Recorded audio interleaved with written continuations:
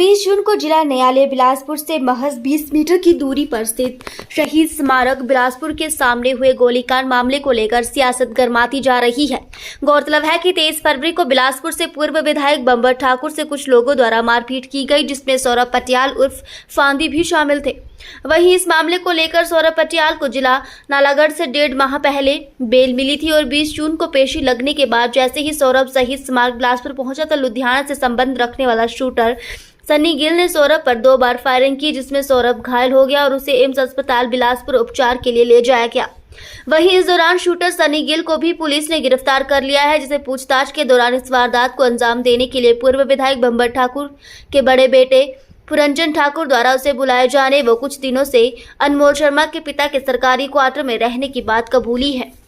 वहीं आरोपी से पूछताछ के बाद पुलिस ने अनमोल शर्मा को गिरफ्तार कर लिया है, जबकि पुरंजन ठाकुर को पुलिस ढूंढ रही है। वहीं गोलीकांड के 2 आरोपियों को पुलिस ने 21 जून को न्यायालय में पेश किया, जहां से उन्हें 5 दिनों का रिमांड मिला है। वहीं इस पूरी वारदात के चलते बिलासपुर सहित हिमाचल प्रदेश का माहौल खराब होने के चलते भाजपा नेताओं व कार्यकर्ताओं ने बिलासपुर शहर में धरना प्रदर्शन किया, जिसमें पूर्व मुख्यमंत्री जयराम ठाकुर, पूर्व केंद्रीय मंत्री व सांसद अनुराग ठाकुर व भाजपा प्रदेश अध्यक्ष डॉक्टर राजीव बिंदल सहित भाजपा विधायक मौजूद रहे।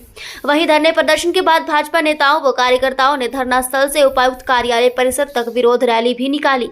वहीं इस दौरान जयराम ठाकुर ने कहा कि प्रदेश की कांग्रेस सरकार के 1.5 वर्षों के कार्यकाल में खनन माफियाओं व नशा माफियाओं को संरक्षण देने का काम हुआ है, जिसका नतीजा है कि बीते 1.5 वर्षों में प्रदेश में 75 से अधिक हत्या के मामले सामने आए हैं।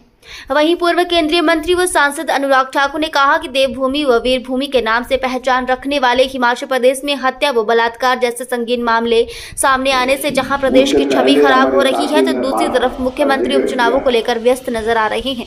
भाजपा प्रदेश अध्यक्ष डॉक्टर राजीव बिंदल ने कहा कि अगर 24 घंटे के भीतर बिलासपुर गोलीकांड मामलों में संलिप्त लोगों को गिरफ्तार नहीं किया जाता तो भाजपा का ये आंदोलन और अधिक उग्र हो जाएगा और पूरे प्रदेश में इन घटनाओं के खिलाफ धरना प्रदर्शन किया जाएगा। लेकिन दुख की बात तो बिंदल जी इस बात की है, आप जनता इस पे कार्रवाई करने की बात करते हैं सरकार को। अरे सरकार तो जिनके ऊपर प्रदेश में सबसे ज्यादा FIR है, ऐसे सबसे ज्यादा FIR वाले व्यक्ति को कांग्रेस ने टिकट देने का काम किया। अब वो चुनाव लड़ रहा है जी। कांग्रेस में तो जिसके ऊपर जितनी FIR उसको उतनी बड़ी टिकट देने का काम किया जाता है।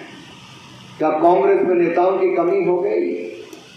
क्या तलवारें चलाने वालों को, आतंक फैलाने वालों को, गुंडा और माफिया राज वालों को ही कांग्रेस टिकट देगी?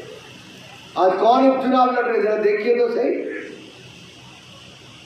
सवाल ये खड़ा होता है कि सरकार कितनी गंभीर है।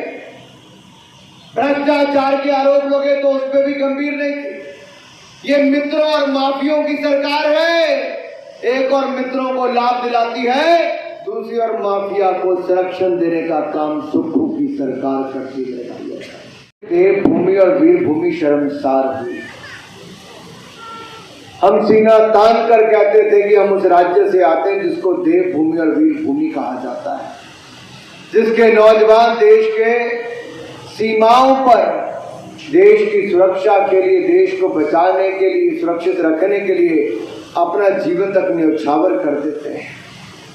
लेकिन वही जिला बिलासपुर के मुख्यालय में कहीं और नहीं, DC दफ्तर के सामने, SP दफ्तर के आगे, जिसके आसपास इतने लोग होते वहां पर आज अगर पेड शूटर्स को बुलाकर किसी की हत्या करने का प्रयास किया जाता है तो इससे बड़ी शर्मनाक घटना कोई और नहीं हो सकती। इस तरह का माफिया और गुंडे खुले में घूम रहे हैं, एक दूसरे पर गोली चलाते हैं।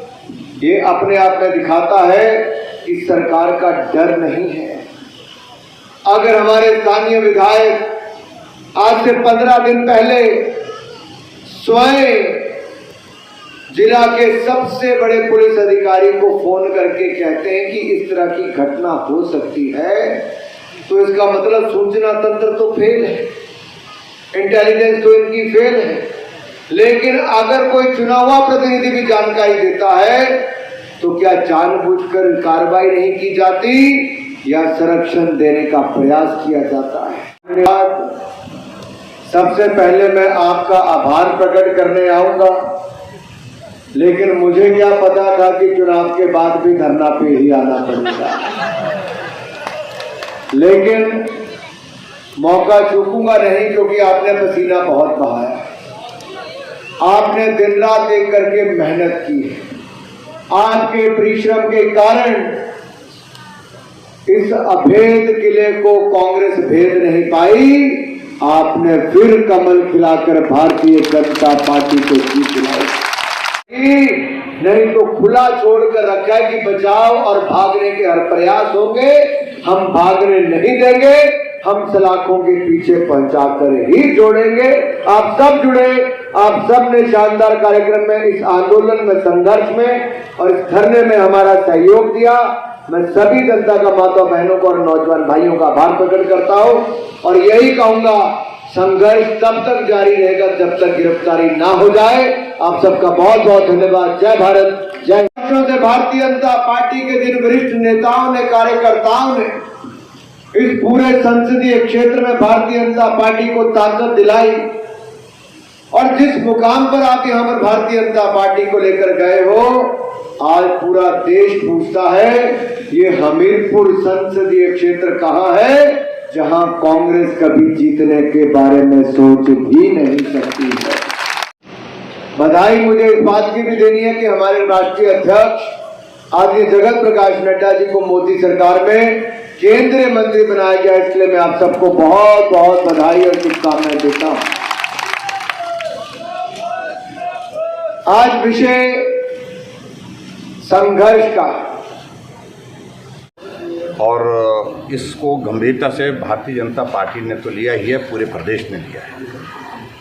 इसलिए पार्टी की ओर से हमारे अध्यक्ष जी, अनुराग जी और सारे यहाँ इस जिला के माननीय विधायक, पूर्व विधायक, सब लोग आज एकत्रित हुए ताकि इस गंभीर विषय पर सरकार भी गंभीर हो सके।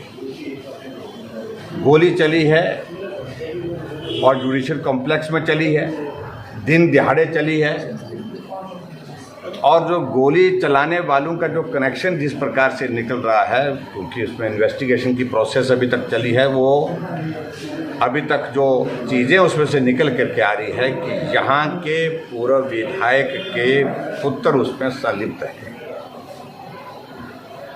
जो कि अभी तक गायब है, एब्सकॉन्डिंग है। और उसके साथ साथ में हमारे माननीय विधायक त्रिलोक जम्वाल जी ने काफ़ी दिन पहले ही पुलिस प्रशासन को, डिस्ट्रिक्ट एडमिनिस्ट्रेशन को आगाह कर दिया था कि ऐसी सूचनाएं मिल रही है, जानकारी मिल रही है कि अज्ञात लोग इस प्रकार के हथियार लेकर के यहाँ पर किसी घटना को अंजाम दे सकते हैं। ऐसी बातें चल रही थी, लेकिन उसके बावजूद भी कोई उस पर एक्शन नहीं हुआ। अब आज हमने धरना दे करके अपनी बात डिस्ट्रिक्ट एडमिनिस्ट्रेशन के सामने रखी है, डिप्टी कमिश्नर और एसपी के सामने रखी है, और जिसमें हमारे पार्टी के अध्यक्ष डॉक्टर राजीव बिंदल जी और अनुराग ठाकुर जी हमारे मेंबर पार्लियामेंट और उसके साथ साथ में हमारे सभी पार्टी के हमारे प्रमुख नेतागण वहाँ पर उपस्थित थे। हमने कहा कि दोषी जो है उसके खिलाफ कार्रवाई तुरंत होनी चाहिए। ऐसा एक इम्प्रेशन बाहर जा रहा है कि पूरे विधायक के साथ इस विषय का जुड़ना स्वाभाविक रूप से सरकार कांग्रेस पार्टी की है, वो दबाव डाल करके इसमें जो है वो उनको बचाने की कोशिश करेंगे और इस कि दोषी के खिलाफ कार्रवाई हो, तुरंत हो, और सरकार के दबाव में कोई चीज़ बर्दाश्त नहीं होगी। और भारतीय जनता पार्टी की ओर से हमारे अध्यक्ष मोदी जी ने कह दिया है कि तुरंत कार्रवाई अगर नहीं हुई, दोषी अगर जेल की सलाखों के पीछे नहीं हुए, तो निश्चित रूप से आंदोलन होगा हिमाचल प्रदेश में और उग्र आंदोलन होगा। पर हम हिमाचल प्रदेश में विधानसभा के अंदर एक बार नहीं अनेकों बार बात कर चुके हैं, विधानसभा से बाहर भी बात कर चुके हैं। हमने चंबा की उस हत्याकांड का जिक्र किया। आंदोलन करने के बाद हम और अध्यक्ष महोदय जी वहाँ पर परिवार को मिलने के लिए जा रहे थे, लेकिन हमको रास्ते में रोक दिया गया, हमको मिलने नहीं दिया गया। पालमपुर में एक युवती के साथ बस स्टैंड पर जो है वो दराट से हत्या करने का प्रयत्न हुआ, लहूलुहान कर दिए, कितने उसके ऊपर वार किए गए। वो पीजीआई में जिंदगी और मौत के बीच में अभी तक भी जूझ रही है। और मर्डर की इतनी घटनाएं, लगभग 75 से ज़्यादा मर्डर की घटनाएं इस छोटे से 1 साल, 1.25 साल, 1.5 साल के कार्यकाल में ही हिमाचल प्रदेश में हो गई। कानून व्यवस्था एक हमारे बहुत बड़ा कंसर्न है। ये देवभूमि हिमाचल प्रदेश और सबसे बड़ी चिंता का विषय है कि जो घटनाएं जुड़ रही हैं और उसमें जो चिट्टा माफिया उसमें सारी चीज़ें जो है उसमें जुड़ी हुई हैं। इसलिए मैं यही कहूँगा कि हमारा कंसर्न सिर्फ इतना है कि जो दोषी हैं, चाहे वो चिट्टे के व्यापारी हैं, चिट्टे का धंधा करते हैं, चाहे वो इस घटना की फिलहाल जो जिस तरह का रूप दिया गया है इस घटना को, उनके खिलाफ तुरंत कार्रवाई।